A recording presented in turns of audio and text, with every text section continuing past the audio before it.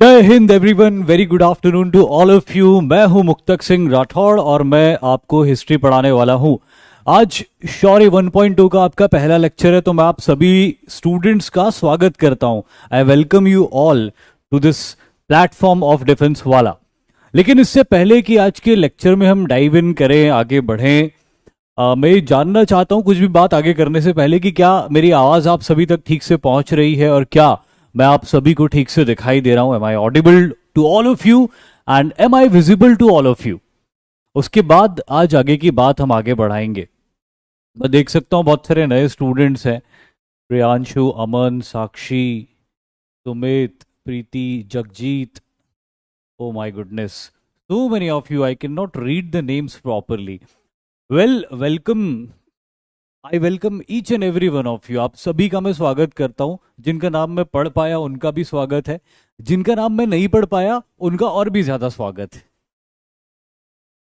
बस मैं ये जानना चाह रहा था कि क्या मेरी आवाज आप सभी को आ रही है। चलिए ठीक है, आप सभी बता रहे हैं कि मेरी आवाज आप सभी को ठीक से आ रही है, मैं दिखाई भी आप सभी को ठीक से दे रहा हूं। तो इससे पहले कि मैं हिस्ट्री आज आपको पढ़ाना शुरू करूं, पहला लेक्चर, सबसे पहले मैं आप सारे स्टूडेंट्स को कॉन्ग्रेचुलेट करना चाहता हूं। अब आप बोलोगे कि सर कॉन्ग्रेचुलेट क्यों करना चाहते हो, अभी तो हमने कोर्स पढ़ना शुरू किया है, अभी तो रिजल्ट आया ही नहीं है, तो कॉन्ग्रेचुलेशन किस बात का। कॉन्ग्रेचुलेशन सिर्फ इस बात का नहीं, या कॉन्ग्रेचुलेशन सिर्फ इस बात का मैं नहीं देता हूं कि अगर आपका रिजल्ट पॉजिटिव आता है। आपको मैं कॉन्ग्रेचुलेशन इस बात का दे रहा हूं कि आपने डिफेंस ज्वाइन करने का फैसला किया, आपने आर्मी, नेवी या एयरफोर्स ज्वाइन करने का फैसला किया और उस कैपेसिटी में अपने नेशन को सर्व करने का फैसला किया। आप किसी भी कैपेसिटी में अपने नेशन को सर्व कर सकते हो अगर आप अपना काम ठीक से कर रहे हो। लेकिन जो राह आपने चुनी है, आर्मी, नेवी या एयरफोर्स ज्वाइन करके अपने नेशन को सर्व करने के लिए, तो यहां पे मैं जानता हूं कि कहीं ना कहीं आपने somewhere in the corner of your mind अपने आप को सेक्रीफाइसेस के लिए भी प्रिपेयर किया है। और क्योंकि इस जज्बे के साथ में आप अपना करियर बनाना चाहते हो कि आप अपने मदरलैंड के लिए सेक्रीफाइस देने के लिए भी तैयार हो, इसीलिए मैं आप सभी को कॉन्ग्रेचुलेट करना चाहता हूँ। ये जो जर्नी है ना, नेशनल डिफेंस एकेडमी की एग्जाम की, एक सक्सेस की जो जर्नी है, इनमें से बहुत सारे स्टूडेंट सक्सेसफुल होंगे, बहुत सारे सक्सेसफुल नहीं भी होंगे। वो शायद सीडीएस में सक्सेसफुल हों या एनडीए के दूसरे अटेम्प्ट में सक्सेसफुल हों, कुछ लोग इसी अटेम्प्ट में सक्सेसफुल होंगे, लेकिन आप सभी बधाई के पात्र हो सबसे पहले, क्योंकि आपने अपने नेशन को सर्व करने के लिए चुना है और उसके लिए आप सेक्रीफाइस करने के लिए भी तैयार हो। इसीलिए आप आर्मी, नेवी या एयरफोर्स को ज्वाइन करते हो। आप में से बहुत सारे स्टूडेंट्स ऐसे भी होंगे जो कि आईआईटी में जा सकते थे, जो कि मेडिकल फील्ड में जा सकते थे, मैनेजमेंट में जा सकते थे, मर्चेंट नेवी में जा सकते थे and what not.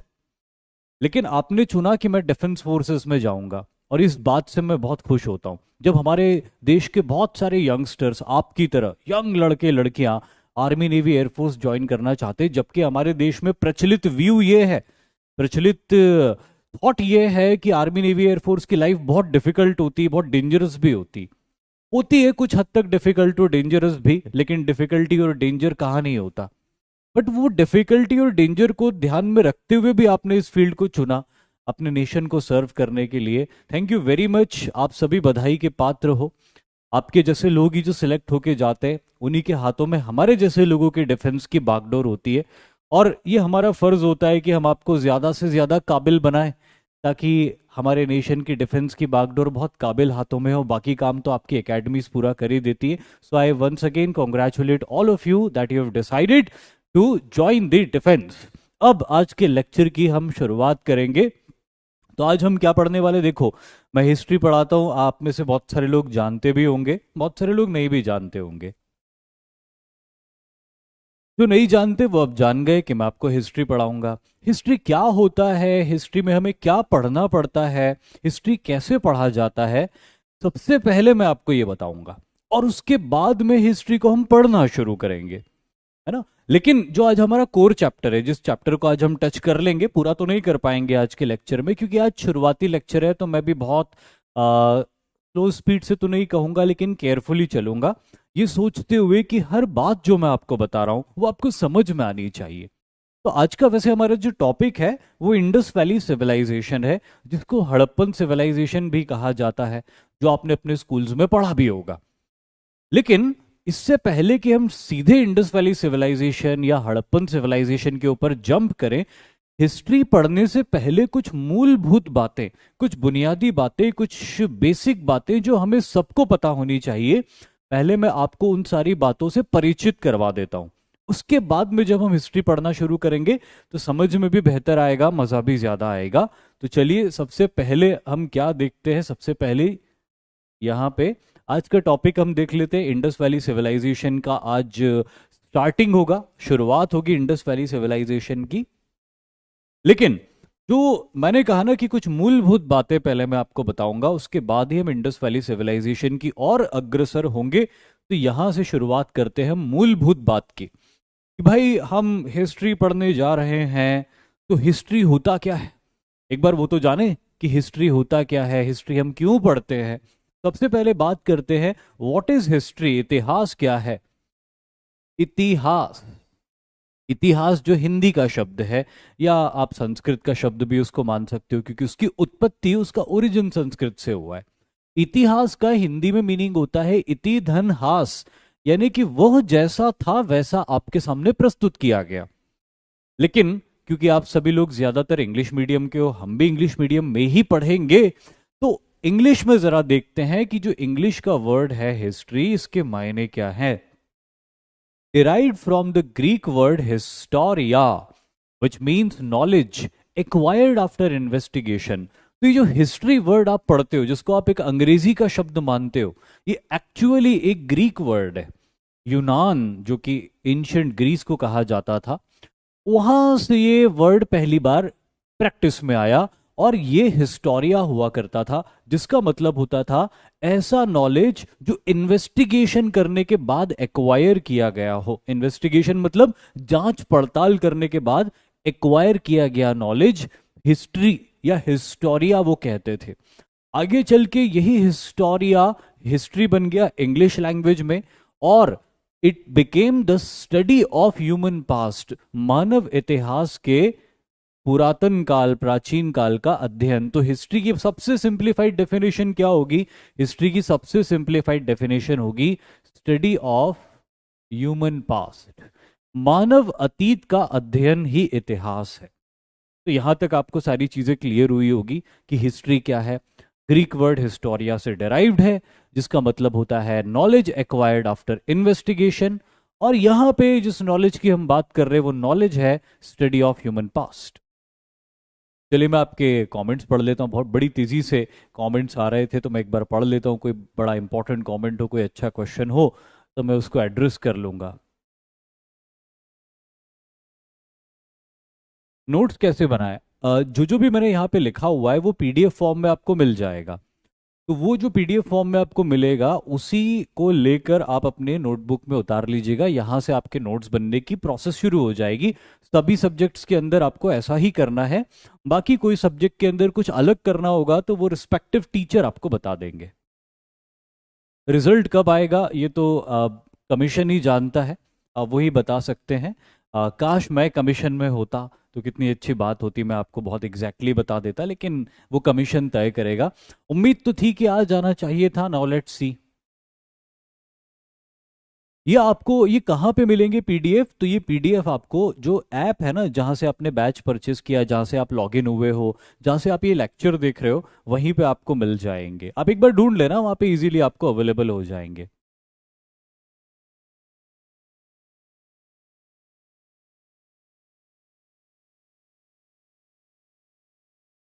Cut off का पूछ रहे हैं कोई, पिछले एग्जाम के कट ऑफ का। तो वैसे तो अब क्योंकि हम अगली एग्जाम को टारगेट कर रहे हैं, तो पिछली एग्जाम की बात थोड़ी कम ही करेंगे, लेकिन फिर भी आपने एक सवाल पूछा है, बहुत सारे स्टूडेंट्स के मन में ये सवाल होगा भी। तो क्योंकि पिछला पेपर जो था ना वो टफ आया था, मेरी जितने भी स्टूडेंट से बात हुई है, तो बहुत हाई स्कोर नहीं जा रहा है।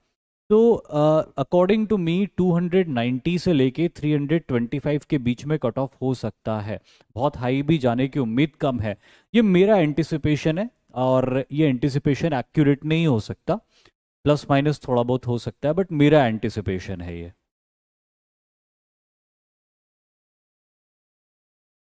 चलिए अब आगे बढ़ते हैं। राम राम हेलो सभी लोगों को। कोई 350 भी कह रहा है कि कट ऑफ बिल्कुल साहब जा सकता है। मैंने तो कहा कि ये मेरा एस्टिमेशन है और मैं कोई भगवान नहीं हूँ। मैं तो भगवान, मैं तो बिल्कुल भी नहीं हूँ। अगर कोई होगा तो होगा, मैं तो बिल्कुल भी नहीं हूँ। तो मैं गलत भी हो सकता हूँ, लेकिन ये मेरा एस्टिमेशन था। आपने मुझसे पूछा, मैंने मेरा एस्टिमेशन बता दिया। अब हिस्ट्री क्या है ये हमको पता चल गया। एक और फैक्ट है कि हिस्ट्री के एक फादर भी होते हैं। मदर नहीं होती है, बट एक सिर्फ एक फादर है हिस्ट्री के, और उनका नाम है हीरोडोटस।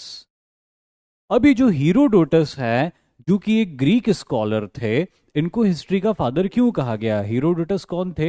एक ग्रीक स्कॉलर। अब मैंने कहा कि हिस्ट्री में फादर तो है, मदर नहीं है, पर ठीक है चलो, फादर ही अगर है तो उसको फादर क्यों माना गया? हीरोडोटस ने ऐसा क्या किया था जो इनको हिस्ट्री का फादर कहा गया? और अगर हिस्ट्री के फादर ये हैं तो मदर कौन है? नहीं, यहाँ पे मदर की जरूरत नहीं है। अगर बायोलॉजिकली कुछ क्रिएट होता तो फिर उसमें फादर के साथ एक मदर की जरूरत होती।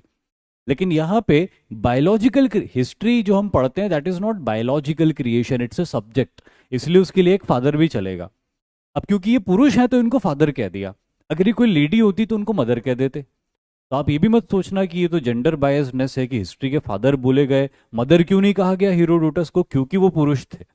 अगर वो लेडीज होते तो फिर वो मदर हो जाती हिस्ट्री की। तो क्यों कहा गया इनको हिस्ट्री का father? Why Herodotus is called as the father of history?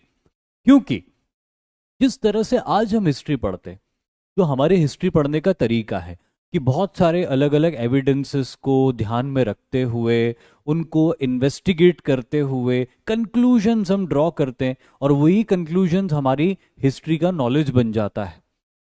सबसे पहली बार इस तरह systematic study of history Herodotus ने किया था, और इसीलिए हीरोडोटस को फादर ऑफ हिस्ट्री कहा जाता है।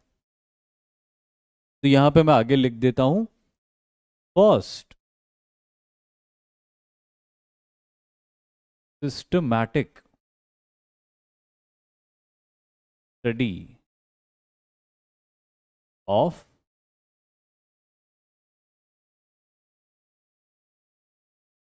इसीलिए हीरोडोटस को फादर ऑफ हिस्ट्री कहा जाता है। अब जब हम हिस्ट्री को पढ़ते हैं, तो हिस्ट्री को पढ़ने के लिए अब बार बार एक क्वेश्चन आ रहा है, books books books books books. वैसे तो अगर आप ये नोट्स भी ठीक से कर लेते हो तो काफी प्रेपरेशन हो जाएगा, लेकिन फिर भी अगर आप बुक्स पूछ ही रहे हो मुझसे, तो मार्केट में बहुत सारी बुक्स अवेलेबल है। और शायद ओरिएंटेशन के वक्त भी किसी टीचर ने बात बोली थी, जो कि मैंने भी कई बार बोली है इस बात को। आज मैं वापस आपके सामने उस बात को रिपीट कर देता हूँ कि कोई सी भी किताब आप खरीद लो मार्केट में, एनडीए सीडीएस के लिए, डीडब्ल्यू की भी एक बुक है, ल्यूसेंट भी एक बहुत अच्छी बुक है, पाथफाइंडर भी एक अच्छी बुक आती है, और भी कई दूसरी बुक्स आती होंगी एनडीए और सीडीएस के लिए। मेरा सारे स्टूडेंट से एक ही कहना है, आज पहला लेक्चर है, पहली बार हम पढ़ना शुरू कर रहे हैं, बहुत सारे नए स्टूडेंट्स हैं, तो मैं वो एक बात बताना चाहता हूँ आपको। आप एक बुक को 10 बार पढ़ो। 10 बुक को एक बार पढ़ने से अच्छा है कि आप एक बुक को 10 बार पढ़ो। आप कोई सी भी बुक ले आओ, कोई भी किताब अगर मार्केट में जा रही है, सेल हो रही है, मतलब उन्होंने एक कॉम्पिटेबल बुक बनाई है। ऐसे ही कुछ भी लिख के मार्केट में नहीं बेच सकते बुक को। कई बार प्रूफ रीडिंग होती है, और कई बार प्रूफ रीडिंग होने के बाद में वो बुक पब्लिशर भेजता है दुकानों में। तो जो किताब आपके पास आ रही है वो सारी ही अच्छी है। अब डिपेंड ये करता है कि आप उस किताब को कितने अच्छे से ग्रहण करते हो, ग्रैस्प करते हो, तो उसके ऊपर फोकस करो। आप कोई सी भी किताब ले आओ जिसकी लैंग्वेज आपको अच्छी लगती है। मैंने 2-4 किताबों के नाम आपको बता दिए। जिस बुक की लैंग्वेज आपको सुकून देती है, समझ में आती है, आप वो किताब ले आओ और उसको अच्छे से पढ़ना शुरू करो। वही किताब आपके लिए श्रेष्ठ होगी। अब अगला पॉइंट मैं आपको ये बता रहा था कि the history is classified into following parts. अब ऐसा क्यों? हिस्ट्री को हमने अलग अलग पार्ट्स में क्यों क्लासिफाई किया? भाई हमको एक बात तो समझ में आ गई कि study of human past is history. अब ह्यूमन पास्ट को जब हम स्टडी कर रहे हैं तो उसको भी क्लासिफाई कर रहे हैं 3 पार्ट्स में। पहला पार्ट प्री हिस्ट्री को बोल रहे हैं हम, दूसरा पार्ट प्रोटो हिस्ट्री बोल रहे हैं, और तीसरा पार्ट हम हिस्ट्री बोल रहे हैं। तो अभी तो हमने हिस्ट्री की बात करी थी, अब हिस्ट्री में प्री भी लग गया, हिस्ट्री में प्रोटो भी लग गया, और एक हिस्ट्री भी रह गया। इन तीनों में डिफरेंस क्या है? फोकस करिएगा, ध्यान दीजिएगा, मैं आपको समझाता हूं। सबसे पहले आता है प्री हिस्ट्री। सबसे पहले मैं आपको सिंपलेस्ट वे में समझाऊंगा, फिर एलैबोरेट कर दूंगा अगर जरूरत होगी तो। Pre history, the phase of early man. आप सभी ने स्कूल में पढ़ा है, आर्टिकल्स में पढ़ा है, वीडियोस में देखा है कि इंसान सीधे इंसान नहीं बन गया, सीधे सिविलाइज नहीं हो गया। पहले वो आदि मानव था और पूरी तरह मानव जैसा दिखता भी नहीं था। आधा बंदर सा दिखता था, आधा इंसान सा दिखता था। और वहां से ग्रेजुअली डेवलप होते होते होते, इवॉल्व होते होते होते वो मॉडर्न ह्यूमन बीइंग बना है। तो वो जो इवोल्यूशन वाला प्रोसेस रहा ना इंसान का, उसको हम बोलते हैं फेज ऑफ अर्ली मैन। तो जब हम प्री हिस्टोरिक पीरियड की बात करते हैं तो we are actually talking about the phase of early man, जब इंसान पूरी तरह से सिविलाइज्ड नहीं हुआ था और इवॉल्व हो रहा था। प्राइमेट से ह्यूमन बींग्स के बीच का जो जर्नी है इंसान के इतिहास का, उसको प्री हिस्ट्री कहा गया है। हिंदी में उसको कहते हैं प्राग ऐतिहासिक काल। तो ये है प्री हिस्ट्री हमारा। फिर दूसरा आता हमारा प्रोटो हिस्ट्री। अब ऑब्वियसली प्री हिस्ट्री अगर फेज ऑफ अर्ली मैन था, तो प्रोटो हिस्ट्री उसके आगे का ही कोई फेज होगा, उससे पहले का तो नहीं हो सकता। तो प्रोटो हिस्ट्री क्या फेज है? Early civilisations.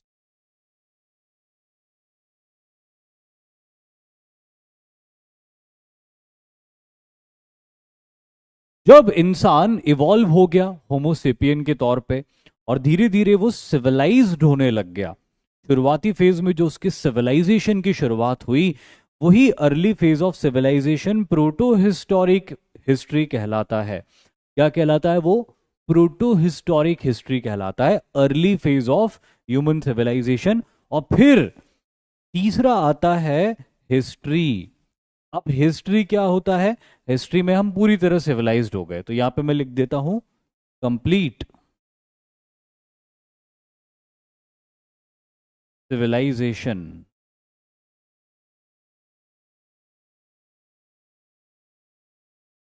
तो जब हम पूरी तरह सिविलाइज्ड हो गए तो फिर वो बन गया हिस्ट्री।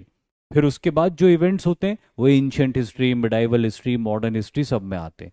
तो पहले तो मैंने आपको बोला था कि मैं आपको बहुत सिंपलेस्ट वे में इनके बीच में डिफरेंस समझाऊंगा। प्री हिस्ट्री मतलब phase of early man, proto history यानी अर्ली सिविलाइजेशंस, जब इंसान अर्ली मैन से होमोसेपियन बन गया पूरी तरह और उसने शुरुआती सभ्यताएं बनाई, और हिस्ट्री जब पूरी तरह हम सिविलाइज्ड हो गए। लेकिन ये सिंपलेस्ट वे ऑफ एक्सप्लेनेशन था इन पॉइंट्स को समझाने का, लेकिन कुछ और भी है जो आपको याद रखना है इन पॉइंट्स के द्वारा।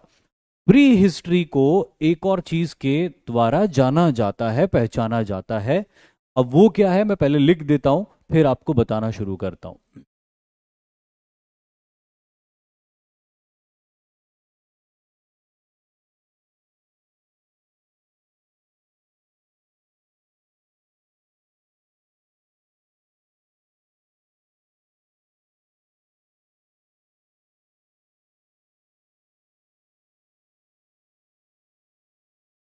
यहां पे मैंने लिखा है ओनली मटेरियल एंड मॉर्टल एविडेंसेस। ये तो हमें पता है कि प्री हिस्ट्री की जब हम बात कर रहे हैं तो हम अर्ली मैन वाली दौर की बात कर रहे हैं, लेकिन उस दौर के एविडेंसेस हमको कहां से मिल रहे हैं? उस दौर के एविडेंसेस हमको मटेरियल और मॉर्टल एविडेंसेस से मिल रहे हैं, क्योंकि अर्ली मैन सिविलाइज्ड नहीं था तो अपने पीछे महल छोड़ के नहीं गया, अपने पीछे लिटरेचर्स छोड़ के नहीं गया, अपने पीछे कोई दूसरी कीमती चीजें छोड़ के नहीं गया। तो अर्ली मैन की हमको जो भी इंफॉर्मेशन मिल रही है वो कैसे मिल रही है? उसकी अपनी हड्डियों से, या उसने जो औजार बनाए थे उनमें से कुछ औजार और हथियार बचे रह गए जो खुदाई में, एक्सकेवेशन में मिलते हैं। तो वो खुदाई और एक्सकेवेशन में मिलने वाली बोन्स और उन खुदाई और एक्सकेवेशन में मिलने वाले औजार और हथियारों के माध्यम से जो इतिहास हमको पता चल रहा है उसको हम प्री हिस्ट्री बोलते हैं। और इस माध्यम से हमको जो इतिहास पता चला वो क्या पता चला? The phase of early man, उसे प्री हिस्ट्री कहा जाता है। तो ये तो रही बात प्री हिस्ट्री की। अब उसी तर्ज पे प्रोटो हिस्ट्री की बात करते हैं। तो प्रोटो हिस्ट्री में अब अर्ली मैन रहा नहीं, अब वो अर्ली मैन पूरी तरह से इवॉल्व हो गया, होमोसेपियन बन गया है, उसका दिमाग ज्यादा विकसित हो गया है, तो ऑब्वियसली वो अपने पीछे कुछ ज्यादा चीजें छोड़ के जा रहा है। इसीलिए प्रोटो हिस्ट्री वो पीरियड है जहां पे हमको कुछ ज्यादा सोर्सेस से इंफॉर्मेशन मिलती है, जैसे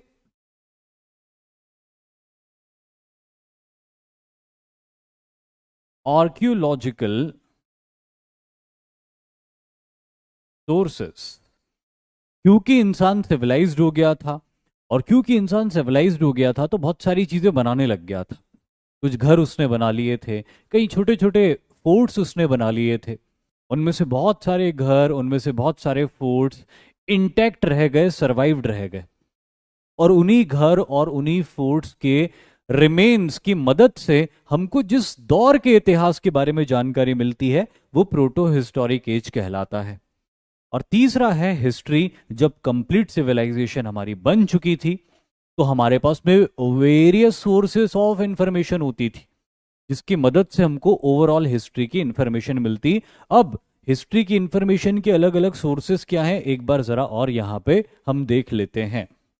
जैसे मैं हमेशा ये कहता हूं, आज फिर कहूंगा कि मैं आपको कोई हिस्ट्री पढ़ा रहा हूं, इंडस वैली सिविलाइजेशन के बारे में बता रहा हूं।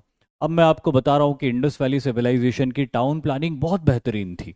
वहां पे 90 डिग्री के एंगल पे एक दूसरे को बाइसेक्ट करने वाली रोडें हुआ करती थी। वहां पे कतार में बने हुए मकान हुआ करते थे। वहां पे घरों के अंदर टॉयलेट्स और बाथरूम्स हुआ करती थी। तो ये मुझे कैसे पता? आपको क्या मुझे देख के लगता है कि मैं इतना पुराना हूं कि इंडस वैली सिविलाइजेशन के ज़माने से जीता आ रहा हूं, जो मैंने वो सब देखा है और मैं आपसे शेयर कर रहा हूं? नहीं, इतना पुराना तो नहीं लग रहा हूँगा मैं। तो फिर मुझे कैसे पता कि इंडस वैली सिविलाइजेशन के अंदर इस तरह की सड़कें होती थी, उस तरह की ड्रेनेज सिस्टम होता था, इन हाउस टॉयलेट्स बाथरूम्स होते थे? अब आप सोचोगे कि सर आपने किसी किताब में पढ़ा होगा। बिल्कुल सही बात है, मैंने किसी किताब में पढ़ा है इस बात को। लेकिन जिस किताब में मैंने पढ़ा, उस किताब को लिखने वाला स्कॉलर मुझसे शायद 50 साल 60 साल उम्र में बड़े होंगे, पर इंडस वैली सिविलाइजेशन तो हजारों साल पुरानी थी। तो वो विद्वान जो उस किताब को लिख रहे हैं जिससे आपके सर ने पढ़ा, वो विद्वान भी उस जमाने में नहीं थे। तो उन्हें कैसे पता चला कि इंडस वैली सिविलाइजेशन एग्जिस्ट करती थी? तो अब यहाँ पे मैंने सिर्फ इंडस वैली सिविलाइजेशन एक एग्जाम्पल के तौर पे कहा है। ये बात हिस्ट्री के लगभग हर चैप्टर पे लागू होती, खास तौर पे एंशियंट और मेडाइवल, कि वो इतनी पुरानी जानकारियां हमें कैसे पता कि कैसे हुई चीजें हुई थी। तो इसकी जानकारी हमको अलग अलग तरह के एविडेंसेस से मिलती है। पुराने लोग अपने पीछे कुछ छोड़ गए, कोई महल छोड़ गया, कोई किताबें छोड़ गया, कोई सिक्के छोड़ गया, कोई कहानियां छोड़ गया। यही कहानियां, सिक्के, किताबें, महल या उनके उपयोग की हुई कोई तलवारें, भाले, यही सारी चीजें जिनको आज हम स्टडी करते हैं, तो उस दौर के बारे में हमको बहुत सारी चीजें पता चलती। और उसी बेसिस पे हम अपनी हिस्ट्री को पढ़ते हैं। ऐसे मन से कोई कहानी नहीं बना देते कि आज मेरा मन कर रहा है इंडस वैली सिविलाइजेशन की को पढ़ाते वक्त एक रोमांटिक कहानी सुनाई जाए, या आज इंडस कल के लेक्चर में लगेगा कि इंडस वैली सिविलाइजेशन को पढ़ाते वक्त कोई वॉर वॉर से रिलेटेड कहानी बताई जाए। मैं अपने मन से कहानी नहीं बता सकता। जो एविडेंसेस मिले हैं एक्सकेवेटर्स को, खोज करने वालों को, इतिहासकारों को, उन एविडेंसेस को स्टडी करके उन्होंने जो कंक्लूजन्स निकाले, वही कंक्लूजन हमारे हिस्ट्री के टेक्स्ट बुक्स के अंदर चैप्टर के रूप में बन गए, और उसी के बेसिस पे हम हिस्ट्री को पढ़ते हैं। तो क्या क्या एविडेंसेस मिलते हैं और उससे किस तरह से इंफॉर्मेशन मिलती है, जरा मैं आपको यहां पे बताना शुरू करता हूं। तो देखिए सर, यहां पे है there are many sources to study history of various times सच है। सबसे पहला है मटेरियल और मॉर्टल रिमेन्स। अब मटेरियल और मॉर्टल रिमेन्स के बारे में मैं पहले भी आपको बता चुका हूं कि मटेरियल और मॉर्टल रिमेन्स क्या होते थे। थोड़ा और समझा देता हूं। ये है मटेरियल। मटेरियल रिमेन्स मतलब किस तरह के रिमेन्स? Weapons and tools. अब जैसे अर्ली मैन के कॉन्टेक्स्ट में देखें हम, तो अर्ली मैन जो होता था क्या यूज करता था?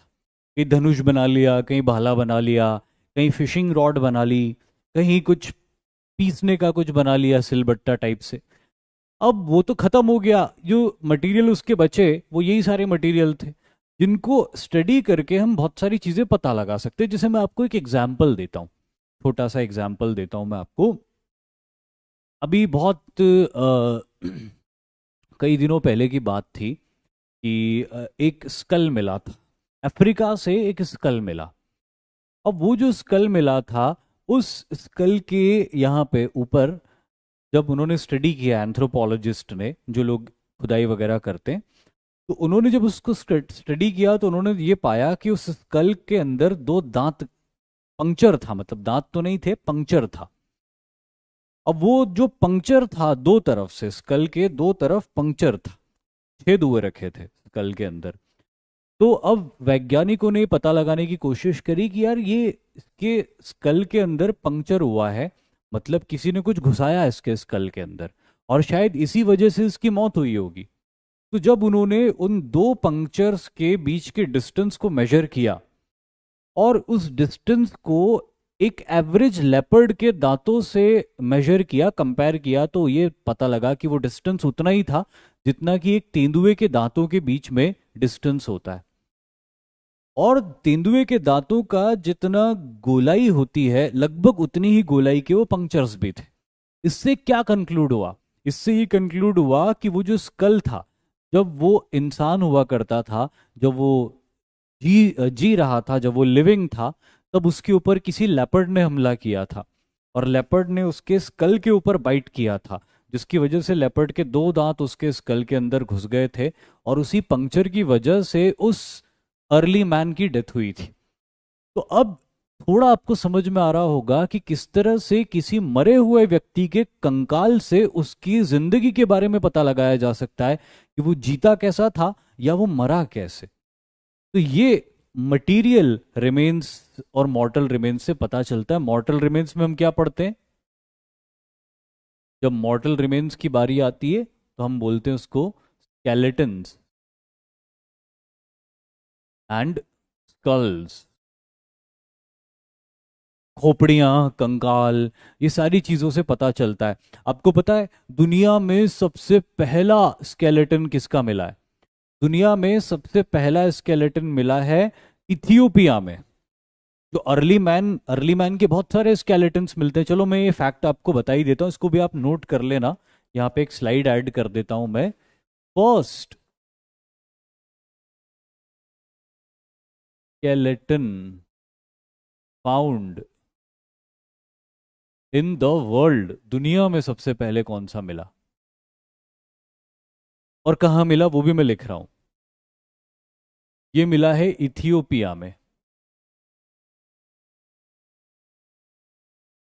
इथियोपिया कहाँ है आप सभी जानते हो, अफ्रीका में है। नक्शे पे देखना एक बार इथियोपिया कहाँ पे है।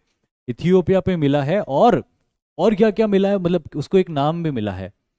It is named as Lucy. उसका नाम ल्यूसी रखा है। क्यों रखा उसका नाम ल्यूसी? क्योंकि वो एक फीमेल का स्केलेटन था। अब एंथ्रोपोलॉजिस्ट ये भी पता लगा लेते हैं बोन डेंसिटी से कि वो मेल का स्केलेटन था या फीमेल का स्केलेटन था। तो दुनिया का पहला स्केलेटन मिला है जो फीमेल का मिला है, इथियोपिया से मिला है, और उसको नाम दिया गया है ल्यूसी, जो कि ऑब्वियसली अफ्रीका के अंदर है। फिर इंडिया की भी अगर हम बात कर ले, first skeleton found in India.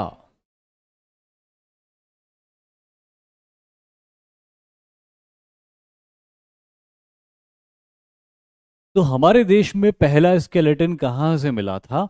याद रख लीजिएगा, from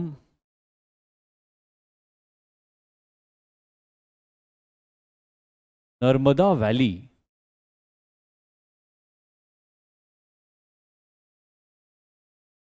in Madhya Pradesh. Present day Madhya Pradesh में जो नर्मदा की घाटी वाला इलाका है, वहां पे कुछ वैज्ञानिक डायनासोर्स की खोज कर रहे थे। क्योंकि वहां पे डायनासोर्स बहुत रहते थे पहले।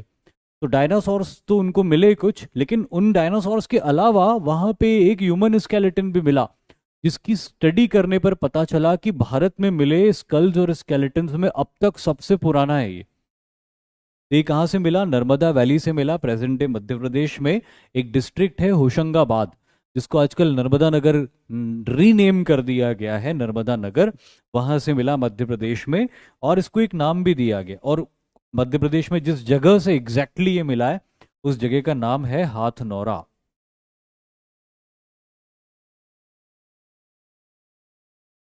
उस जगह का नाम है हाथनौरा, जो कि प्रेजेंट डे मध्य प्रदेश में है। और उसको नाम मिला है नर्मदा मैन।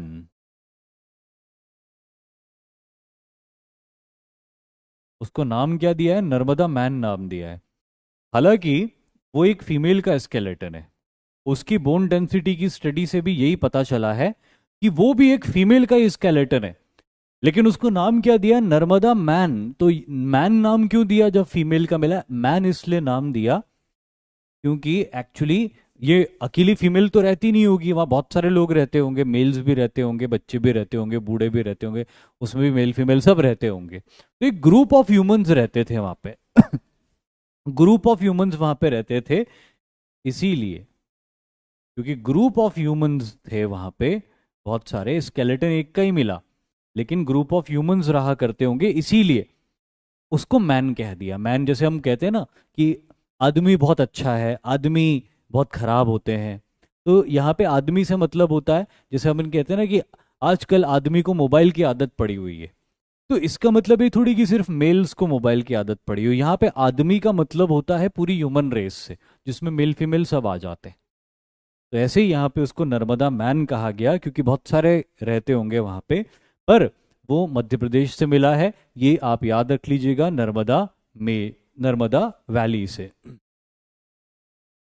चलिए, तो ये तो रही बात मटेरियल और मॉर्टल रिमेन्स की। और आपने जाना कि बहुत सारी चीजें इन मटेरियल और मॉर्टल रिमेन्स से पता चल सकती, जैसे अगर हमें किसी ह्यूमंस के स्केलेटन्स मिले, स्कल्स मिले, उनके पास से भाले मिले, तो एक बात समझ में आती है कि वो मनुष्य भाले यूज करने लग गया था। अब वो सिर्फ पत्थरों तक लिमिटेड नहीं रहा था। वो पत्थरों को तोड़कर, उनको एक आकार देकर, उसको लकड़ी के साथ फिक्स करके, उसको मजबूती से बांध के भालों को यूज करने लग गया था। तो ये पता चल रहा ना हमको कि वो ग्रो कर रहा था, वो इवॉल्व कर रहा था। तो इस तरह मटेरियल और मॉर्टल रिमेन्स हमको बहुत सारी इंफॉर्मेशन प्रोवाइड करते हैं। फिर होते हैं आर्कियोलॉजिकल रिमेन्स। आर्कियोलॉजिकल रिमेन्स की जब हम बात करते हैं, तो हम एक्चुअली किसकी बात कर रहे हैं? आर्कियोलॉजिकल रिमेन्स मतलब palaces, forts, houses, town, dams, etcetera. प्राचीन काल या प्रोटो हिस्टोरिक एज में महल, किले, घर, शहर, बांध, बहुत सारी चीजें मिली हैं। और ये सारी की सारी चीजें जो इंसान ने क्रिएट करी हैं, बनाई हैं, इनको आर्कियोलॉजिकल एविडेंसेस कहा जाता है। हिंदी में कहते हैं पुरातात्विक अवशेष। क्योंकि इंसान सिविलाइज्ड हो गया, और अब क्योंकि इंसान सिविलाइज्ड हो गया, तो ऑब्वियसली उसने कुछ क्रिएट करना शुरू किया। उसकी बुद्धि बढ़ चुकी थी, तो उसने क्रिएशंस करना शुरू किए। और इस तरह के क्रिएशंस जब उसने किए, तो उनमें से बहुत सारे क्रिएशन इतने अच्छे बने थे, इतने मजबूत बने थे कि they stood the test of time. वो वक्त के साथ में पैरिश नहीं हुए, वो वक्त के साथ में अपनी जगह पर खड़े रहे। उनमें से बहुत सारे ऐसे महल, घर, बांध, टाउन्स हैं जिसको आज भी हम विटनेस कर सकते हैं और विजुअलाइज कर सकते हैं कि वहां पे रहने वाला मनुष्य कैसे रहता होगा। ये होते हैं आर्कियोलॉजिकल एविडेंसेस, जिससे हमको बहुत सारी इंफॉर्मेशन हासिल होती है। तीसरा आता है लिटरेरी रिमेन्स। इसमें आते हैं बुक्स, मैन्यूस्क्रिप्ट,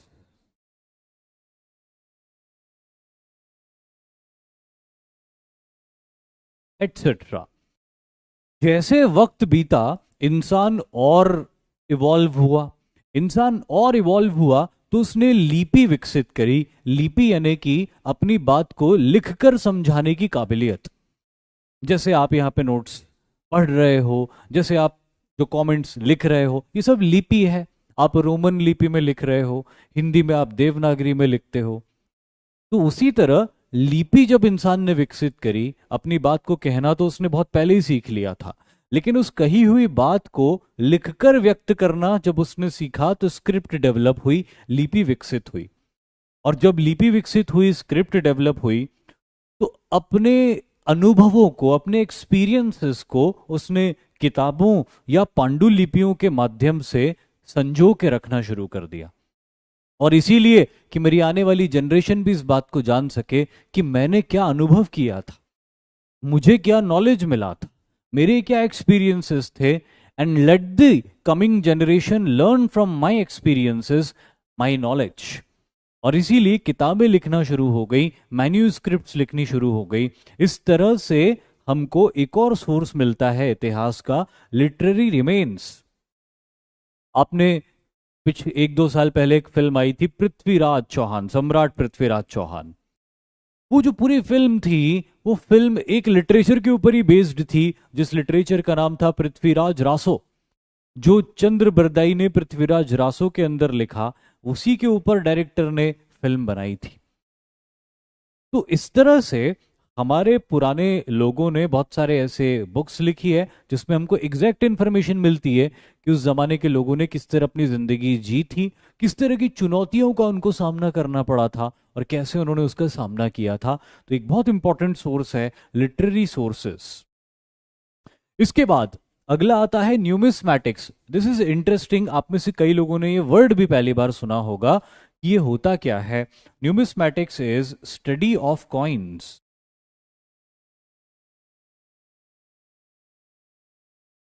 जब इंसान और इवॉल्व हुआ, तो पहले शुरू में क्या होता था, जब इंसान शुरू में सिविलाइज्ड हुआ था तो व्यापार तो वो करता था, लेकिन व्यापार कैसे करता था? वस्तु के बदले वस्तु ले ली दे दी, है ना। मान लीजिए कि ये रिमोट है, ये रिमोट मैंने किसी को दिया और उससे बदले में मार्कर ले लिया मैंने। तो इस तरह से ये वस्तु विनिमय चलता था, जिसको बार्टर सिस्टम बोलते थे। लेकिन जब इंसान और इवॉल्व हुआ तो इंसान ने करेंसी इजाद करी, जो पुराने जमाने में कॉइन के फॉर्म्स में हुआ करती थी। तो ये जो करेंसी इंसान ने इजाद करी, तो वहीं से ये कॉइन्स एग्जिस्टेंस में आ गए। और इन कॉइन्स से हमको बहुत इंफॉर्मेशन मिलती, कॉइन से हमको इतिहास की बहुत सारी इंफॉर्मेशन मिलती। कैसे?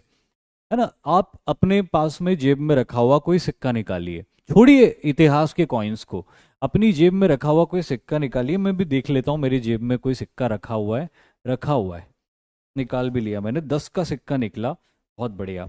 अब ये जो 10 का सिक्का यहाँ पे आप देख रहे हो ना, ये पहचान गए होंगे आप कि ये 10 का सिक्का है। अब इस 10 के सिक्के पे क्या क्या इंफॉर्मेशन है? इस 10 के सिक्के पे एक तरफ लिखा हुआ है इंडिया। अच्छा, मान लीजिए कि मुझे कुछ पता ही नहीं है ना, दुनिया के बारे में मुझे कुछ नहीं पता है। अब ये सिक्के के माध्यम से मुझे इंफॉर्मेशन चाहिए। तो सबसे पहली चीज मुझे पता चल रही है वो कि सिक्के के एक तरफ लिखा हुआ है इंग्लिश में, रोमन लिपि में, इंडिया। सिक्के की दूसरी तरफ देवनागरी लिपि में लिखा हुआ है भारत। तो मुझे एक बात पता चली इस देश के बारे में कि इस देश के अंदर दो भाषाओं का बहुत उपयोग होता था, एक इंग्लिश और एक हिंदी। तीसरी चीज जो मुझे दिखाई दे रही इस सिक्के के ऊपर, अगर आप ध्यान दो, इस सिक्के के बीचों बीच यहाँ पे आपको दिखाई दे रहा है हमारा नेशनल एम्बलम, जिसमें कि 3 लायन दिखाई दे रहे हैं। अब हम ये जानते हैं कि वो 4 लायन है, लेकिन हमको 3 लायन दिखाई दे रहे हैं, और उन 3 लायन के नीचे लिखा हुआ है सत्यमेव जयते। अब मुझे इस देश के बारे में और ज्यादा जानकारी मिली।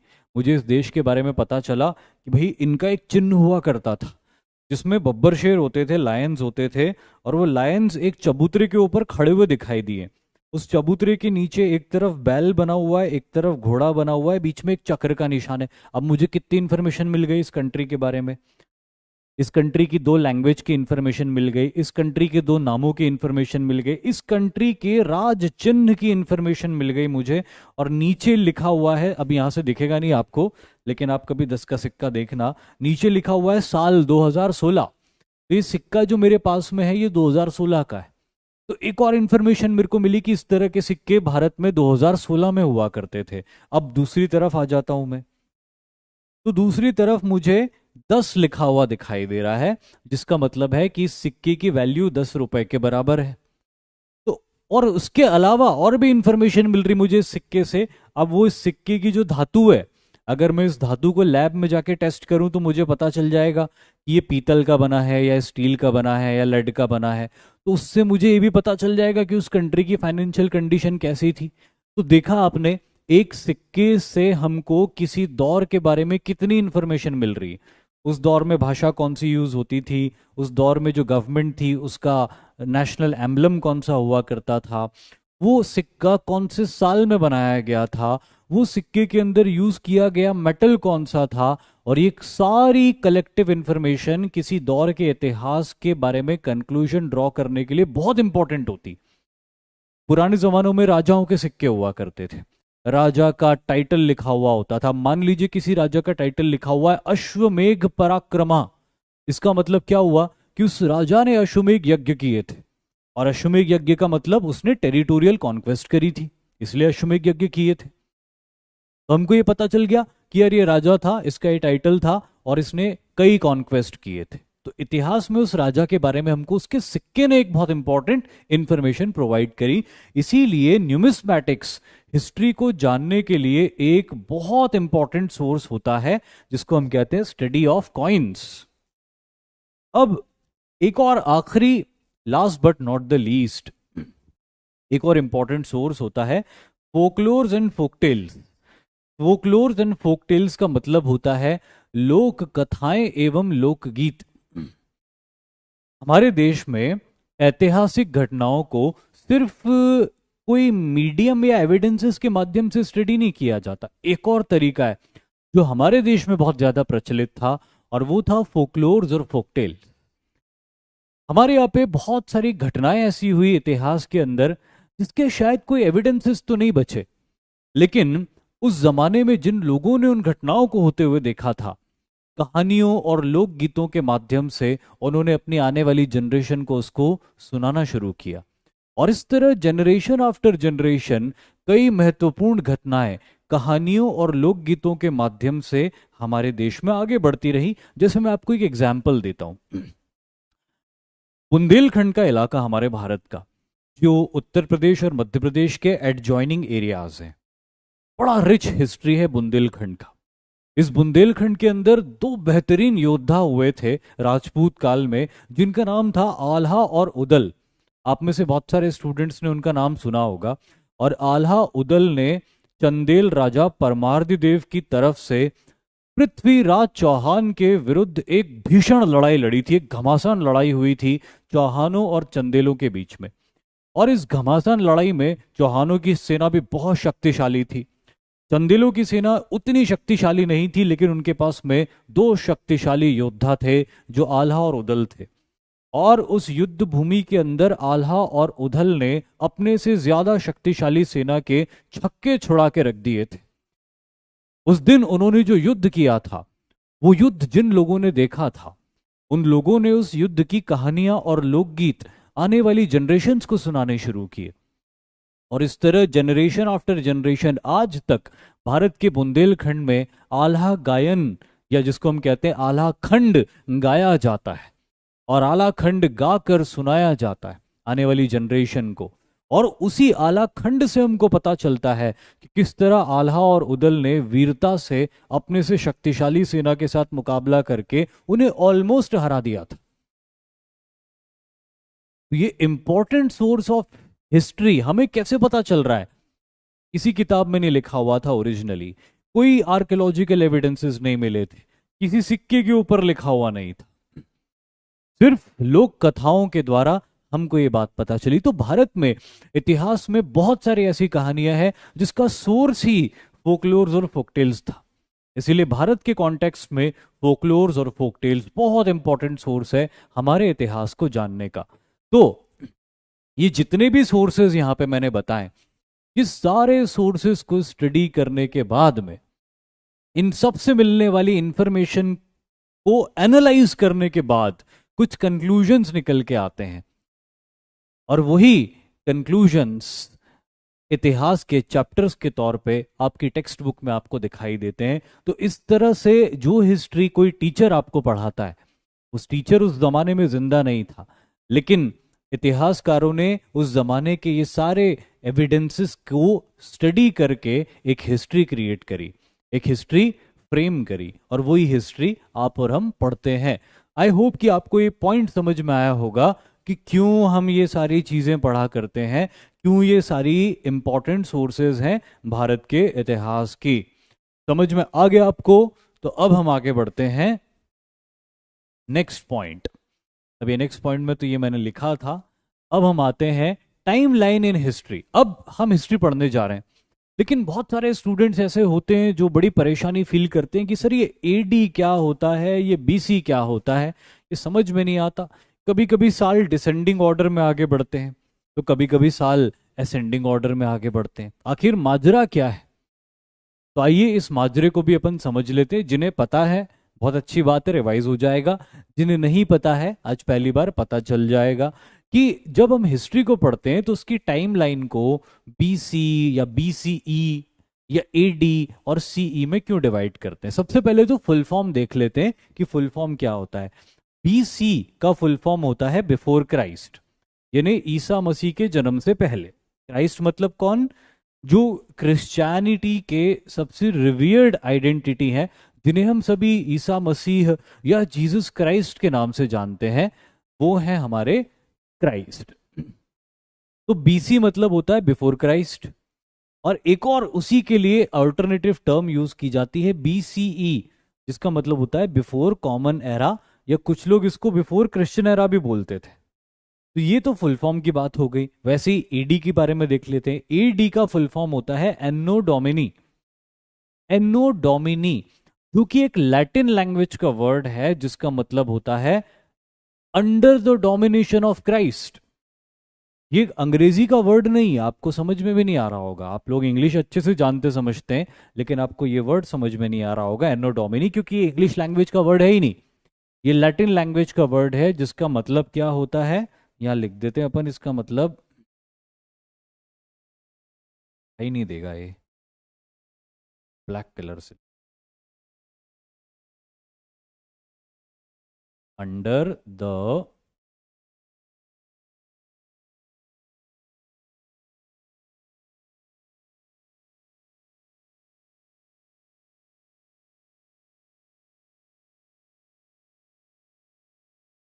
Under the dominance of the Christ. क्योंकि क्रिश्चियंस ने ये माना कि जब क्राइस्ट का जन्म हुआ था, तो क्राइस्ट के जन्म के बाद जब उन्होंने क्रिश्चियनिटी का प्रोपगेशन किया, तो उनकी पूरी दुनिया जल्दी ही क्रिश्चियनिटी को एम्ब्रेस कर लेती है, अपना लेती है। और इसीलिए जीसस क्राइस्ट की जिंदगी के बाद के साल उनके डोमिनेशन के साल है, जब उनकी आइडियोलॉजी को यूरोप में सब अपना लेते हैं। इसीलिए वो यूरोप के अंदर इन सालों को जो जीसस क्राइस्ट के जन्म के बाद होते हैं, उनको एडी कहते हैं, एनो डोमिनी कहते हैं। ये जो मिड पॉइंट है, ये है बर्थ ऑफ क्राइस्ट। तो ये ग्रेगोरियन कैलेंडर है, यहां पे मैं लिख देता हूं इसको। ये जो कैलेंडर आप और हम यूज करते हो ना, ये हमारा कैलेंडर नहीं है, ये यूरोपियन कैलेंडर है। ग्रेगोरियन कैलेंडर इसको बोलते हैं, क्योंकि अंग्रेजों ने पूरी दुनिया के ऊपर रूल किया, भारत के ऊपर भी रूल किया। तो वो लोग जिन कैलेंडर्स को यूज करते थे, उनके बाद हम भी उन्हीं कैलेंडर्स को यूज कर रहे हैं। ये सही है या गलत है, उस डिस्कशन और डिबेट पे हम नहीं जाएंगे। लेकिन अभी जो दुनिया भर में कैलेंडर कॉमनली यूज हो रहा है, वो ग्रेगोरियन कैलेंडर है, जो क्रिश्चियंस ने बनाया। इसलिए उसके अंदर जो टर्म्स हैं, वो भी क्रिश्चियनिटी से जुड़ी हुई टर्म्स हैं। तो अब ग्रेगोरियन कैलेंडर में, अब वो क्रिश्चियंस ने बनाया, तो उनके लिए जीसस क्राइस्ट सबसे महान है। जीसस क्राइस्ट के जन्म को उन्होंने एक मिड पॉइंट माना, और उन्होंने ये कहा कि कुछ घटनाएं जो जीसस क्राइस्ट के जन्म के पहले हुई थी, वो बिफोर क्राइस्ट हो गई, या बिफोर कॉमन एरा हो गई, या बिफोर क्रिश्चियन एरा हो गई। बीसीई को बिफोर क्रिश्चियन एरा और बिफोर कॉमन एरा भी बोलते हैं। लेकिन जीसस क्राइस्ट के जन्म के बाद की जो घटनाएं हैं, उनको उन्होंने एनो डोमिनी कहा, कि उनके जन्म के बाद जब उन्होंने क्रिश्चियनिटी स्प्रेड करी, तो पूरी दुनिया उनके डोमिनेशन में आ गई। पूरी दुनिया से उनका मतलब सिर्फ यूरोप से था, क्योंकि जब ये कैलेंडर वो लोग बना रहे थे तब तक यूरोप में लिमिटेड थे, कैलेंडर बहुत पुराना है। तो under the domination of Christ यानी कि एडी, या फिर जिसको आजकल नाम दिया गया है कॉमन एरा या क्रिश्चियन एरा। तो अब जो घटनाएं जीसस क्राइस्ट के जन्म के पहले हुई है वो डिसेंडिंग ऑर्डर में आगे बढ़ेगी। कैसे आगे बढ़ेगी? डिसेंडिंग ऑर्डर में आगे बढ़ेगी। 1500 बीसी पहले हुआ, फिर 1000 बीसी हुआ, फिर 500 बीसी हुआ, फिर 200 बीसी और फिर 100 बीसी।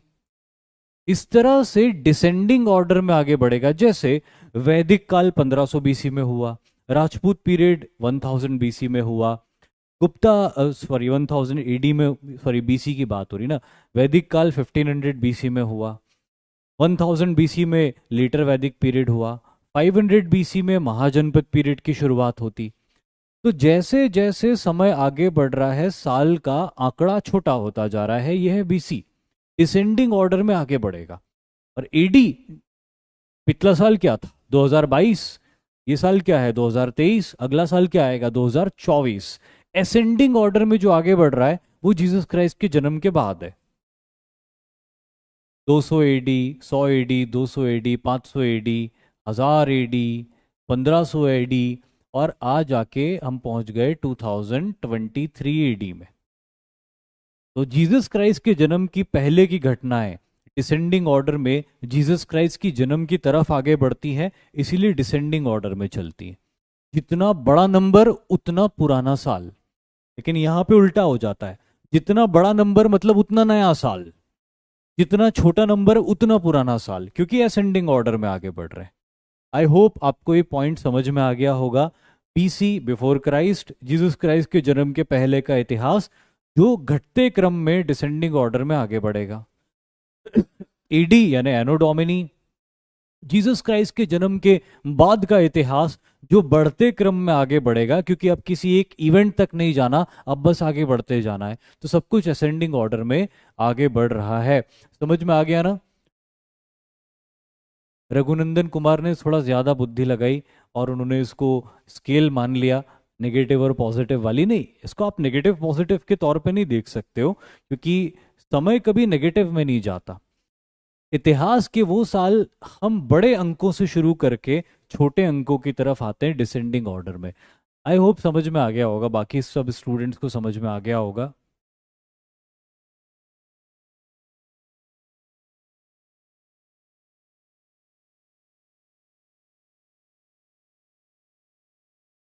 चलिए अब आगे बढ़ते हैं और आगे बढ़ के बात करते हैं आज के हमारे टॉपिक की तरफ आते हैं, जिसका नाम है इंडस वैली सिविलाइजेशन, जिसके लिए आज हम सब लोग यहाँ पे इकट्ठा हुए। लेकिन मैंने कहा ना कि कुछ बुनियादी बातें हमारे मुख्य चैप्टर तक पहुंचने से पहले हमें समझना जरूरी है। तो वो हमने समझ ली सारी, जो मुझे ज़्यादा इंपॉर्टेंट लगती थी वो मैंने सारी आपके साथ में शेयर करी। अब हम बात करेंगे इंडस वैली सिविलाइजेशन की। यहाँ पे जितने भी पॉइंट्स लिखे हुए हैं, एक एक पॉइंट को मैं रीड करूंगा और उनको रीड करके आपको एक्सप्लेन करूंगा। सबसे पहला point, the oldest name Indus valley civilisation. जब सर जॉन मार्शल ने इसको एक्सकेवेट किया था, यहां पे मैं लिख देता हूं, sir John martial gave this name।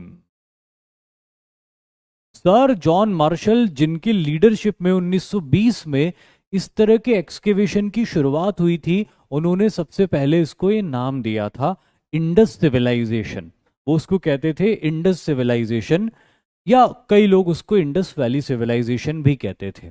दूसरा, according to archaeological tradition the most appropriate name is Harappan civilisation. लेकिन बाद में इसको क्या नाम मिला? हड़प्पन सिविलाइजेशन। क्यों मिला इसको हड़प्पन सिविलाइजेशन? क्योंकि Harappa was the first town to be discovered. जब इंडस वैली सिविलाइजेशन की डिस्कवरी हुई थी, एक साथ तो नहीं हो गई थी सारे शहरों की डिस्कवरी, सबसे पहली बार कोई एक शहर डिस्कवर हुआ था फिर उसके अराउंड कुछ और शहर डिस्कवर हुए थे। इस तरह एक्सटेंसिवली फिर पता चलता गया था कि बहुत सारे अलग अलग टाउन्स थे जो डिस्कवर हो रहे थे। तो क्योंकि सबसे पहला शहर हड़प्पा था जो डिस्कवर हुआ था, और इसीलिए एक ट्रेंड था जो अभी भी है, उस जमाने में भी था, कि कोई पुरानी जगह को जब रीडिस्कवर किया जाता है और उसका ओरिजिनल नाम हमको नहीं पता होता है, तो जो पहला शहर होता है जिसको हमने खोजा होता है, जो पहली साइट होती है जिसको हमने खोजा होता है, उसी साइट के नाम पर उसको नाम दे दिया जाता है। तो क्योंकि यहाँ पे पहली साइट हड़प्पा थी जिसे खोजा गया था, इसीलिए कई लोग इसको हड़प्पन सिविलाइजेशन भी नाम देते, जो आर्कियोलॉजिकली बिल्कुल सही है। अब इससे पहले कि मैं कुछ और चीजें आपको बताऊं, आइए इसकी डिस्कवरी से जुड़ी हुई कुछ कहानी मैं आपको शेयर करता हूं। यहां पे मैं लिख देता हूं discovery of Indus valley civilisation. पहली बार इसकी खोज हुई कैसे, ये तो मैंने आपको बता दिया कि जॉन मार्शल ने इसको खोज लिया, खुदाई करना शुरू कर दी। लेकिन कहानी क्या थी? कहानी है 1856 की। साल है 1856। और आप सभी इस बात को बहुत अच्छे से जानते हो कि 1856 वाले साल में हमारे देश में कौन रूल कर रहा था? अंग्रेजों का रूल था। 1856 में भारत में क्या चल रहा था? ब्रिटिश रूल चल रहा था।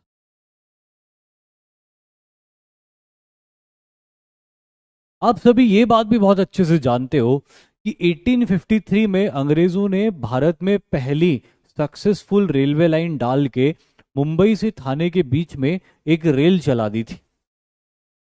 आपने सभी ने स्कूल के अंदर ये बात पढ़ी है कि भारत में रेल 1853 में सबसे पहली बार चल गई थी। 1853 में रेल सबसे पहली बार चल गई, उसके बाद पीछे नहीं गई, आगे ही बढ़ी। अंग्रेजों ने सारे बड़े शहरों को आपस में कनेक्ट करना शुरू किया ताकि उनको रूल करने में आसानी हो, इंडियंस को कंट्रोल करने में आसानी हो। इसलिए उन्होंने इंडिया में एक्सटेंसिवली रेलवे लाइंस ले करना शुरू किया। अब इसी 1856 के साल में क्या होता है? Lahore was to be connected with Karachi by a rail line।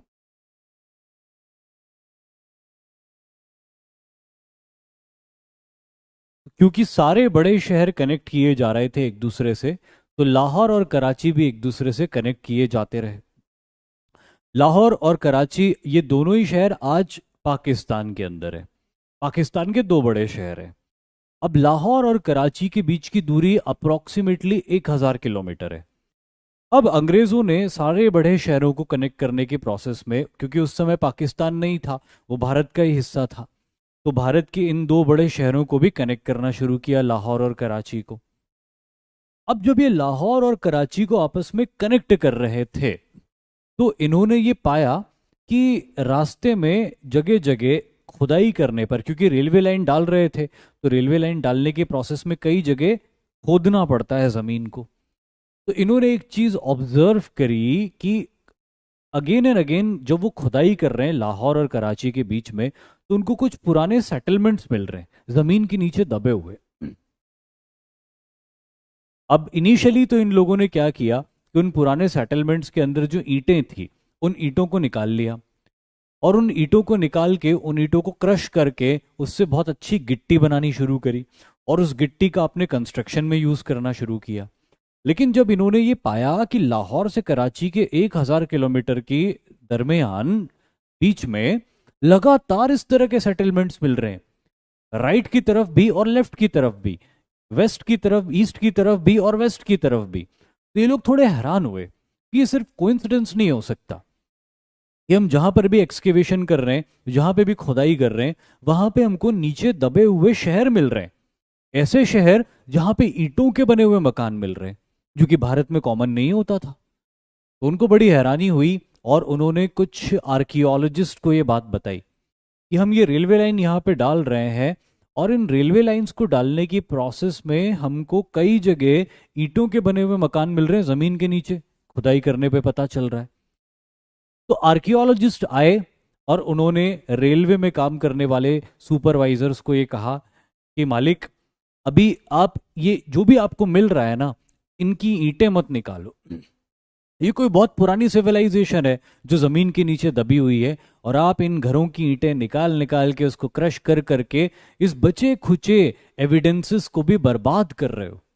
तो प्लीज आप ऐसा मत कीजिए, आपके लिए हम अलग से गिट्टी और अलग से मटेरियल बुलवा देंगे जिससे आप अपनी रेलवे लाइन डालना, लेकिन इनको बख्श दो, जितने हो गए सो हो गए। जो नहीं खोदे हैं या नहीं ईंटें निकाली है उसको छोड़ दो, ताकि हम उसको स्टडी करें और उसको स्टडी करके पता करें कि भारत के इतिहास के कौन से दौर की ये सभ्यता है। और तब पहली बार 1856 में इस बात का एहसास हुआ कि नॉर्थ वेस्टर्न इंडिया में इंडस रिवर, सिंधु नदी के किनारों पर कुछ बहुत प्राचीन काल के घर बसे हुए थे जो मिट्टी के नीचे, जमीन के नीचे दब गए थे। लेकिन अगले ही साल भारत में क्रांति हो जाती, 1857 की क्रांति, जिसकी वजह से ये एक्सकेवेशन का जो काम था वो रुक जाता है। और फिर लगभग 2 साल तक ये काम नहीं होता है, क्योंकि लगभग 2 साल तक अंग्रेज पूरा फोकस इसी बात पे कर रहे थे कि किस तरह से 1857 की क्रांति को पूरी तरह से दबाया जाए। और फिर भारत में एक नया सिस्टम शुरू हुआ। ईस्ट इंडिया कंपनी का राज खत्म हो गया और उसकी जगह ब्रिटिश एम्पायर का राज शुरू हो गया। और इसीलिए वो जो शहर खोजे गए थे लाहौर और कराची के बीच में, उसके ऊपर जो बहुत ज्यादा फॉलो अप लेना था, ज्यादा एक्सटेंसिव स्टडी करनी थी, वो काम कहीं रुक गया। और वो काम कई डिकेड्स तक रुका ही रहा। सन 1920 में archaeological survey department of India के एक नए हेड आते हैं, यंग, जिनका नाम होता है सर जॉन मार्शल। तो सर जॉन मार्शल जब ASI, archaeological survey department of India के हेड बनते, तो वो ये कहते हैं कि वो सालों से रुका हुआ जो काम है, सिंधु नदी के किनारे जो बहुत पहले कुछ शहर मिले थे, आओ हम उस काम को वापस शुरू करें। आओ हम ये जाने कि वो शहर कितने पुराने हैं, उन शहरों के अंदर हमें क्या क्या मिल रहा है, उन शहरों के अंदर रहने वाले लोग कैसे जिंदगी जीते थे। आओ ये सारी चीजें हम जानते हैं। और फिर सर जॉन मार्शल की लीडरशिप में 1920 से हड़प्पा सबसे पहला टाउन था जिसका एक्सकेवेशन शुरू होता है। और यहीं से सिस्टमैटिकली इंडस वैली सिविलाइजेशन की डिस्कवरी होती है। सबसे पहले दयाराम साहनी नाम के एक स्कॉलर हड़प्पा शहर को खोजते, उसको एक्सकेवेट करते, और उनसे एक साल बाद, ठीक एक साल बाद 1922 में राखल दास बनर्जी मोहनजोदाड़ो की खोज करते हैं। और यहीं से सही मायनों में सिंधु घाटी सभ्यता की खोज होती। मैं यहाँ पे दोनों लिख देता हूँ, RD बनर्जी। अच्छा, आगे थोड़े से और पॉइंट्स लिखता हूँ। बाय रेलवे लाइन, इसमें आगे लिख देता हूँ, many ancient settlements with brick houses were found। अच्छा ये देखो, ब्रिक हाउसेस के ऊपर मैं क्यों इतना जोर दे रहा हूं, क्योंकि एंशंट इंडिया में ईंटें नहीं बनाई जाती थी। एंशंट इंडिया में ईंटों के बने हुए मकान नहीं मिलते थे, या बहुत कॉमनली नहीं मिलते थे। इसीलिए अंग्रेजों को खुदाई में जो ये ब्रिक हाउसेस मिल रहे थे ना, ये ब्रिक हाउसेस उनका ध्यान बहुत ज्यादा खींच रहे थे अपनी तरफ, कि ये कौन सा दौर है भारत के इतिहास का जब लोग ईंटों के मकान बनाते थे, वो भी इतने बड़े तादाद में, इतने बड़े नंबर्स में। तो many ancient settlements with brick houses were found. कब? जब लाहौर से कराची के बीच में रेलवे लाइन डाली जा रही थी। अब इसके बाद क्या होता है, लेटर इन 1920, बाद में 1920 में, later in 1920, sir John martial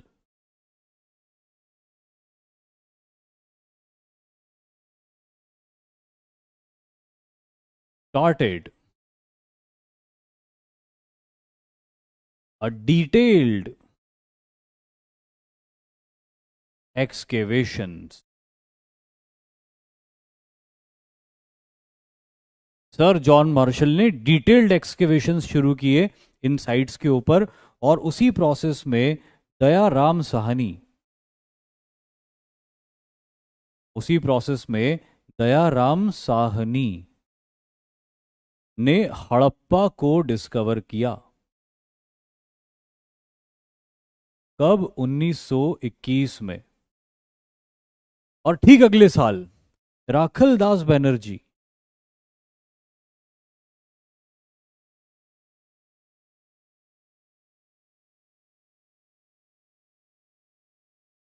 ठीक अगले साल राखल दास बनर्जी ने मोहनजोदाड़ो को डिस्कवर किया।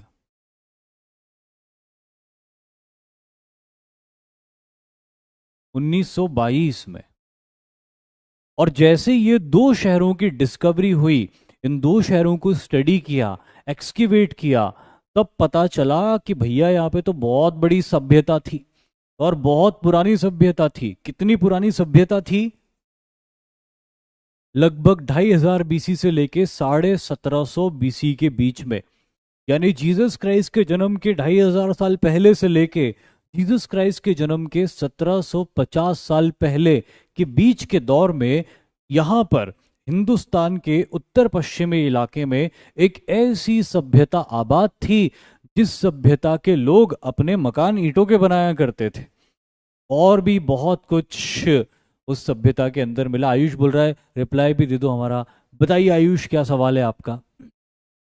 क्या होता है ना, पढ़ाते पढ़ाते कैमरा को फोकस करके बात करते हैं तो कई कमेंट्स नहीं पढ़ पाते हैं।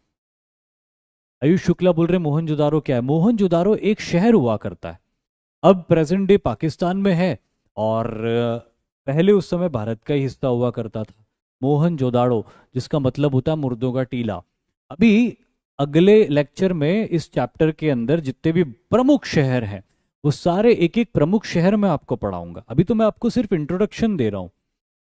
जाहिर है आपके मन में बहुत सारी क्यूरियोसिटी आ रही होगी, लेकिन ये शहर एग्जैक्टली एक एक शहर कहाँ पे सिचुएटेड है, कौन सी नदी के किनारे सिचुएटेड है, इस शहर से हमको क्या क्या मिला था, उस शहर का जो नाम है वो नाम क्यों है, वो सारी चीज़ें अगले लेक्चर के अंदर अपन कवर करेंगे। आज ज़्यादातर इंट्रोडक्टरी पार्ट हमारा होने वाला है। टीपीपी आपको ऐप में मिलेगी।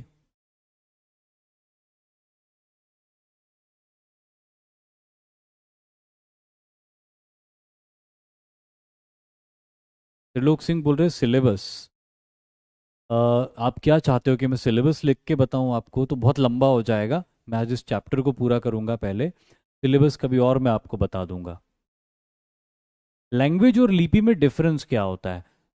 लैंग्वेज और लिपि के बीच में डिफरेंस ये होता है, जो मैं बोल रहा हूँ वो मेरी लैंग्वेज है, लेकिन जो मैं लिख रहा हूँ वो मेरी लिपि है। वो मेरी लिपि स्क्रिप्ट है। जो मैं बोल रहा हूँ वो मेरी लैंग्वेज है ना, और जो मैं बोल रहा हूँ जो मैं लिख रहा हूँ वो मेरी स्क्रिप्ट है। समझ गए होंगे आप।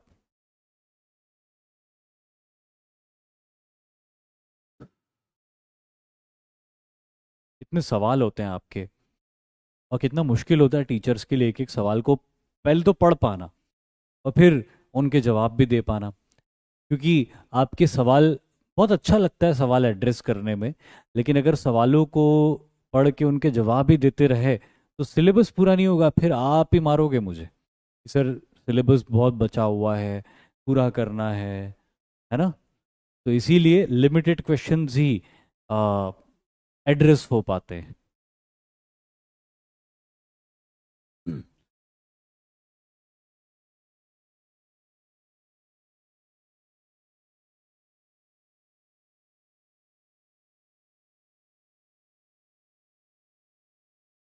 नोट्स कब मिलेगा? आप एक काम कीजिएगा, जैसे ही लेक्चर पूरा होता है तो इस लेक्चर में जो जो भी मैं एक्स्ट्रा लिखता हूँ कहीं पे, ये सारी की सारी चीज़ें फिर आपको पीडीएफ फॉर्म में मिलेगी, तो लेक्चर के बाद ही मिलेंगे आपको notes.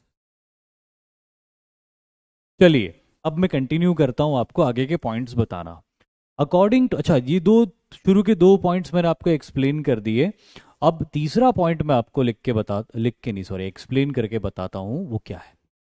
According to geographical point of view, the most suitable name Indus Saraswati civilisation, the largest concentration of settlement along the Indus Saraswati river valley, 80% settlement along the Saraswati. अभी मैं आपको पॉइंट समझाता हूँ। रीड तो कर लिया आपने पॉइंट, अब जरा इस पॉइंट को मैं आपको एक नक्शे के माध्यम से समझाता हूँ। ये हमारे सामने एक नक्शा है।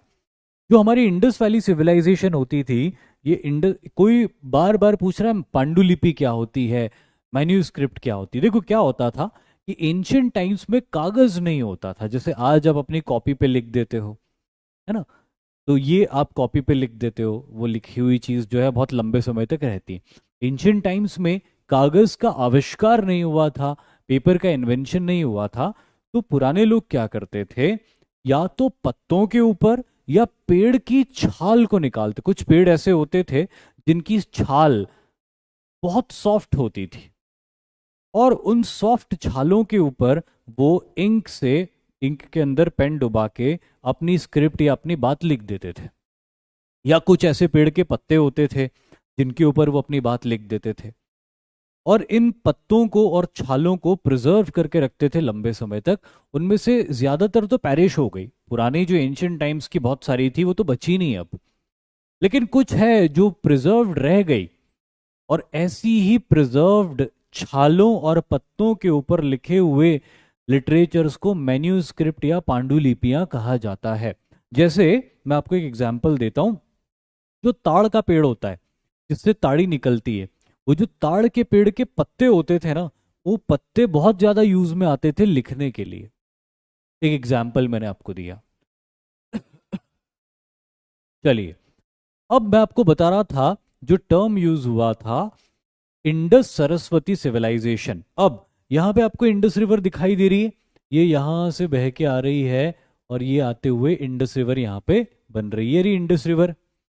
तो क्योंकि सिविलाइजेशन के बहुत सारे शहर इंडस रिवर के किनारे बसे हुए थे, इसीलिए इसको इंडस सिविलाइजेशन बोलते हैं। बात तो समझ में आती है, लेकिन जियोग्राफिकली इसको इंडस सरस्वती भी कहा गया है। अब ऐसा क्यों कहा गया है वो मैं आपको बताता हूं।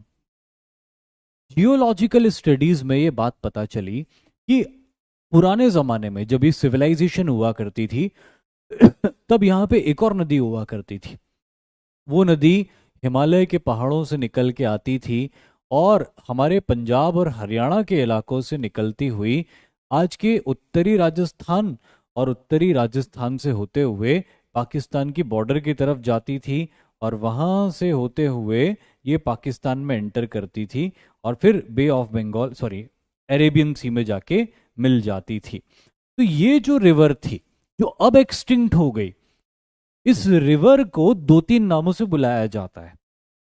भारत में इस रिवर को घग्गर भी कहा जाता है। पाकिस्तान में इस रिवर को हाकरा भी कहा जाता है।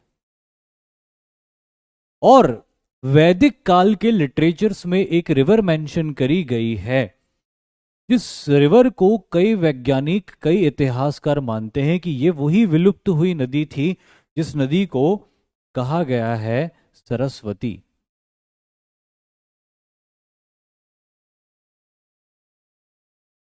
जिस नदी को क्या कहा गया है, सरस्वती नदी कहा गया है।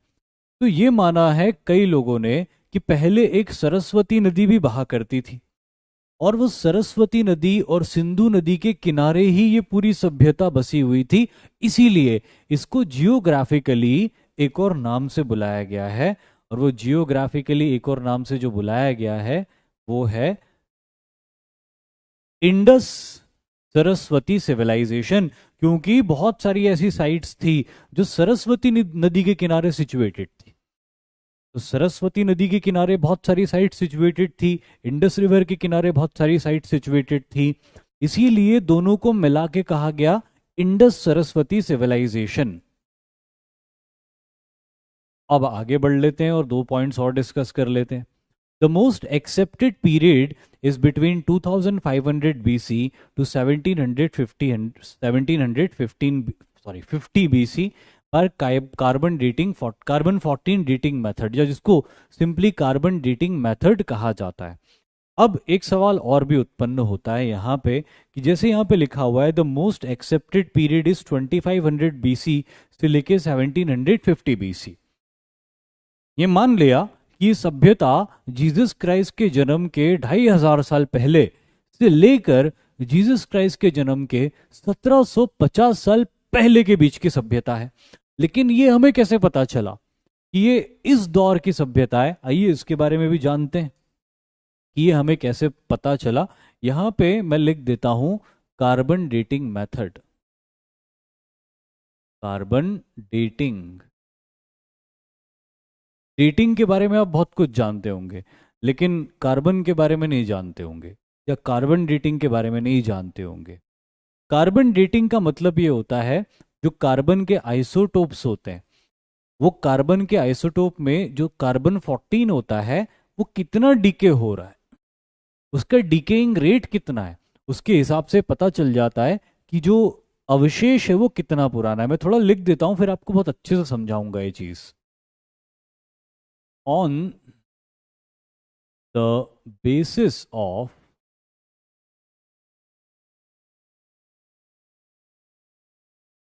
decaying rate, on the basis of decaying rate of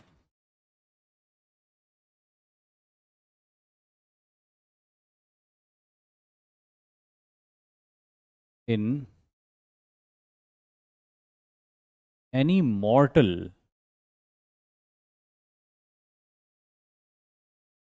remain, its age can be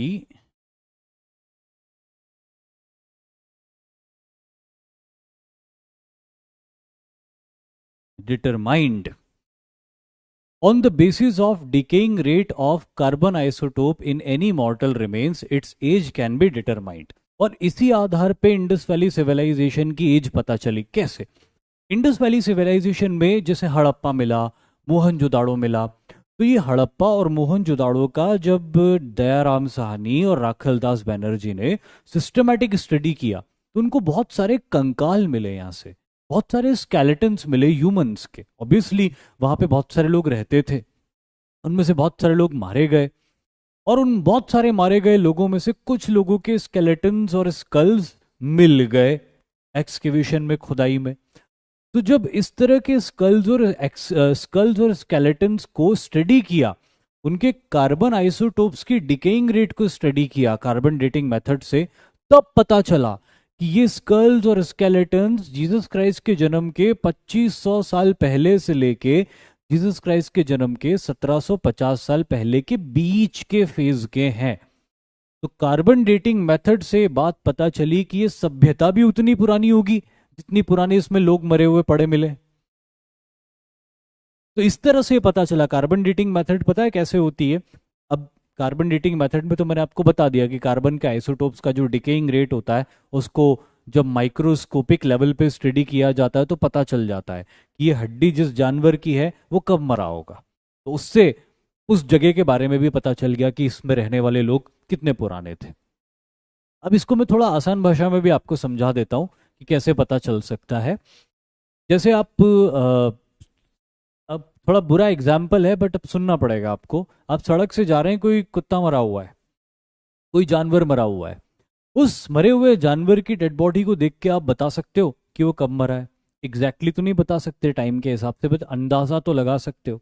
अगर उसमें से खून निकल रहा है और खून का रंग अभी भी लाल है तो मतलब अभी अभी मरा है वो। या फिर आप ये देख रहे हो कि डेड बॉडी है और उसमें जो खून है वो काला पड़ चुका है, मतलब उसको मरे हुए कई घंटे हो चुके हैं। या फिर आप ये देख रहे हो कि अब उसमें से बदबू आनी शुरू हो गई, मतलब देख नहीं रहे हो, सूंघ रहे हो कि उसमें से बदबू आनी शुरू हो गई है, मतलब उसको मरे हुए कुछ दिन हो गए। या फिर आपको ये दिखाई दे रहा है कि बदबू तो आ ही रही है, अब उसकी डेड बॉडी के अंदर कीड़े भी लग गए, मतलब हफ्तों पुराना है। या फिर आपको दिखाई दे रहा है कि न बदबू आ रही है न कीड़े बचे हुए हैं, कुछ भी, सिर्फ हड्डी बची हुई है और उसके ऊपर एक खाल लगी हुई है, यानी कि कुछ महीने हो गए उसको मरे हुए, इतना खत्म हो गया। या फिर आपको दिखाई दे रहा है कि सिर्फ हड्डी पड़ी हुई है, खाल मांस सब खत्म हो चुका है, कोई बदबू नहीं आ रही, यानी कि उसको मरे हुए कई साल हो चुके। तो एक डेड बॉडी कितनी डिके कर रही है इसके आधार पे एक अनुमान लगाया जा सकता है कि उसकी डेथ कब हुई थी, वो जीवित कब थी। उसी तरह किसी स्केलेटन के कार्बन 14 के डिके रेट को माइक्रोस्कोपिकली स्टडी करके यह पता लगाया जाता है वैज्ञानिकों के द्वारा कि वो जब जीवित था तब कब जीवित था, कब से मरा है वो। और इंडस वैली सिविलाइजेशन के अंदर जो स्कल्स और स्केलेटन्स मिले हैं, उन स्कल्स और स्केलेटन्स के डिकेइंग रेट के हिसाब से ये तय हुआ है कि ये सिविलाइजेशन लगभग 2500 साल से 1750 साल बीसी के बीच के दौर की सिविलाइजेशन है। और इस स्लाइड में आखिरी पॉइंट लिखा हुआ है, John Marshall was the first scholar to use this term Indus civilisation, जो कि मैंने आपको बता दिया है। अब अगली स्लाइड पे आगे बढ़ते हैं, जो कि इससे आगे है। ये मैप भी हमने देख लिया है और इसको वापस देखेंगे। The Indus civilisation belongs to proto historic period, या जिसको चाल्कोलिथिक एज भी कहते थे। अब अगर आपको ध्यान हो तो थोड़ी स्लाइड्स पहले मैंने आपको ये सारी चीजें बताई है, और ये रही वो बताई हुई चीजें। यहां पे मैंने आपको लिखा प्रोटो हिस्टोरिक एज, इसके बारे में मैंने क्या लिखा था, अर्ली सिविलाइजेशंस, शुरुआती सभ्यताएं जब इंसान की बसी, उसको प्रोटो हिस्टोरिक एज बोलते थे। और उसके एविडेंसेस हमको आर्कियोलॉजिकल सोर्सेस से मिलते हैं। तो उसी आधार पे जो इंडस वैली सिविलाइजेशन है, इस इंडस वैली सिविलाइजेशन को क्या कहा गया है, प्रोटो हिस्टोरिक पीरियड की सिविलाइजेशन कहा गया है, क्योंकि ये वो फेज है जब इंसान अर्ली मैन नहीं रह गया था, इवॉल्व हो गया था। इंसान ने बड़े बड़े ग्रुप्स बना लिए थे, बड़े बड़े टाउन्स बसा लिए थे, कंस्ट्रक्शंस करने शुरू कर दिए थे, जिसके एविडेंसेस हमको मिलते ही है यहाँ पे। इसीलिए इंडस वैली सिविलाइजेशन किस फेज की सिविलाइजेशन है, प्रोटो हिस्टोरिक फेज की सिविलाइजेशन है। इसको चाल्कोलिथिक एज भी बोलते हैं। चाल्कोलिथिक क्यों बोलते हैं ये मैं यहां पे लिख के बता देता हूं। देखो, 3 तरह के लिथिक होते हैं। एक लिथिक होता है पेलियोलिथिक, पेलियोलिथिक। दूसरा क्या होता है, मीजोलिथिक।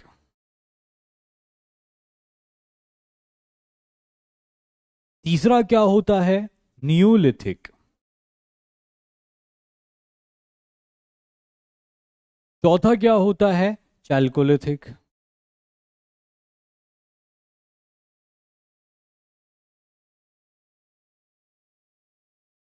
अब इसमें एक वर्ड कॉमन है, लिथिक लिथिक लिथिक लिथिक। ये लिथिक का मतलब क्या होता है ये भी अपन लिख लेते हैं कि लिथिक मने क्या, लिथिक मने यानी स्टोन। तो पेलियोलिथिक मतलब ओल्ड स्टोन एज। इंसान ने सबसे पहले स्टोन्स यूज करना शुरू किए थे, उसके अलावा कुछ और यूज करता नहीं था वो। तो जो पहले का शुरुआती फेज था उसका, सबसे पुराना ओल्ड स्टोन एज था। फिर मीजोलिथिक एज आता है।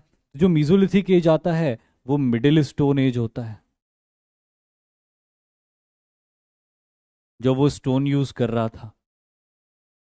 लेकिन स्टोन यूज करने के प्रोसेस में वो मिडिल एजेस में पहुंच गया था। फिर नियोलिथिक एज में भी वो स्टोन ही यूज कर रहा था, उसके अलावा कुछ भी यूज नहीं कर रहा था। लेकिन स्टोन यूज करने के प्रोसेस में अब वो बहुत आगे निकल चुका था, उसको न्यू स्टोन एज बोलते हैं। उसको न्यू स्टोन एज बोलते हैं। लेकिन चैल्कोलिथिक में यहाँ पे थोड़ा डिफरेंस हो जाता है। चैल्कोलिथिक जो होता है ना, उसका मतलब होता है कॉपर एंड स्टोन। मतलब इंसान स्टोन का भी यूज कर रहा था, पर इंसान ने कॉपर का यूज करना भी शुरू कर दिया था। कॉपर मतलब मेटल का यूज भी करना शुरू कर दिया था। तो metal and stone. Palaeolithic age में सिर्फ स्टोन यूज करता था, मीजोलिथिक एज में सिर्फ स्टोन यूज करता था, नियोलिथिक एज में सिर्फ स्टोन यूज करता था। लेकिन चैल्कोलिथिक एज एक ऐसी एज है जिसमें मेटल भी यूज हो रहा है। इंसान ने मेटल भी डिस्कवर कर लिया है और मेटल का भी यूज करना शुरू कर दिया है, और साथ ही साथ पत्थर का भी यूज करना शुरू कर दिया है, स्टोन का भी यूज करना शुरू कर दिया है। तो इसको बोलते हैं चैल्कोलिथिक एज, और ये इंडस वैली सिविलाइजेशन इसी चैल्कोलिथिक एज का हिस्सा हुआ करता था। अगला पॉइंट लिखा है the Indus civilization was spread over Sindh, Balochistan, Punjab, Haryana, Rajasthan, Gujarat, western Uttar Pradesh and northern Maharashtra. वे सिंधु घाटी सभ्यता बहुत दूर तक फैली हुई थी। अगर आज देखा जाए तो पाकिस्तान के सिंध, सिंध कहाँ पे है? पाकिस्तान में। बलूचिस्तान कहाँ है? पाकिस्तान में। पंजाब कुछ हिस्सा पाकिस्तान में भी है, कुछ हिस्सा इंडिया में भी है। हरियाणा इंडिया में है, राजस्थान भारत में है, गुजरात भारत में है, वेस्टर्न उत्तर प्रदेश भारत में है, नॉर्दर्न महाराष्ट्र भारत में है। तो ये सभ्यता ज्यादातर तो भारत में फैली हुई थी, कुछ हिस्से इसके पाकिस्तान में भी सिचुएटेड थे, बहुत बड़े इलाके में फैली हुई थी। Scholars generally believe that Harappa, Ghaggar, Mohenjodaro axis represent the heartland of Indus valley civilisation. Harappa, Ghaggar, Mohenjodaro, एक बार नक्शे में अपन देखते हैं। हड़प्पा, घग्गर और मोहनजोदाड़ो, ये है हड़प्पा, दिस इज हड़प्पा। ये जो नदी है ये घग्गर है, यहां पे मैंने लिखा आपको, ये नदी जो है घग्गर। और मोहनजोदाड़ो कहाँ गया?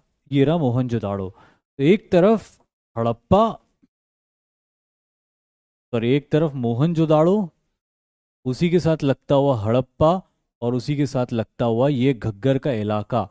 और ये माना गया है कि ये जो पूरा एरिया है, ये पूरा एरिया सेंटर हुआ करता था इस सिविलाइजेशन का, इस सभ्यता का केंद्र हड़प्पा, मोहनजोदाड़ो और ये घग्गर के आसपास बसे हुए शहरों के बीच में ही इस सभ्यता का केंद्र बसा हुआ था, सेंटर बसा हुआ था। अब इसके बाद का जो पार्ट है वो अगले लेक्चर के अंदर अपन कवर करेंगे। 2-3 मिनट का वक्त है, तो मैं कोई नया टॉपिक शुरू नहीं करूंगा नई स्लाइड से। और आपके सवाल देख लेता हूं मैं। बालाकोट, विष्णु पांडे बिल्कुल सही कह रहे हो, बालाकोट एक स्थान है, वो वाला बालाकोट नहीं जहां पे इंडिया ने एयर स्ट्राइक करी थी। ये दूसरा बालाकोट है जो कोस्टल इलाके में मौजूद है, जो इंडस वैली सिविलाइजेशन का एक इंपॉर्टेंट साइट था, जहां पे मनके बनते थे, बीड्स बनते थे। अभी आज मैं कोई होमवर्क वगैरह नहीं दूंगा शिवांश, आज तो मैं बस चाहता हूं कि आप चीजें समझो, अभी थोड़ा लय में आओ। एक बार फ्लो हमारा बन जाएगा तो होमवर्क भी हम कर लेंगे, सब कुछ कर लेंगे।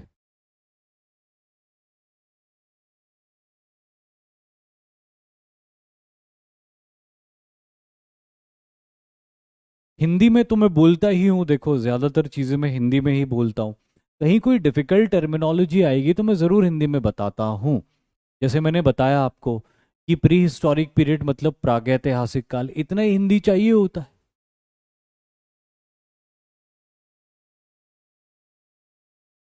अगला चैप्टर यही रहेगा, इंडस वैली सिविलाइजेशन का सेकंड पार्ट हम करेंगे और उसको पूरा करेंगे। आज तो इंट्रोडक्शन किया मैंने हिस्ट्री का और इंडस वैली सिविलाइजेशन का। और कल कल तो नहीं है मेरा लेक्चर, शायद गुरुवार को मेरा लेक्चर है अगला, तो गुरुवार वाले लेक्चर में बचा हुआ पूरा पार्ट हम कवर करेंगे। ठीक है, मेरे ख्याल से टाइम अप हो चुका है, 1 मिनट का वक्त है।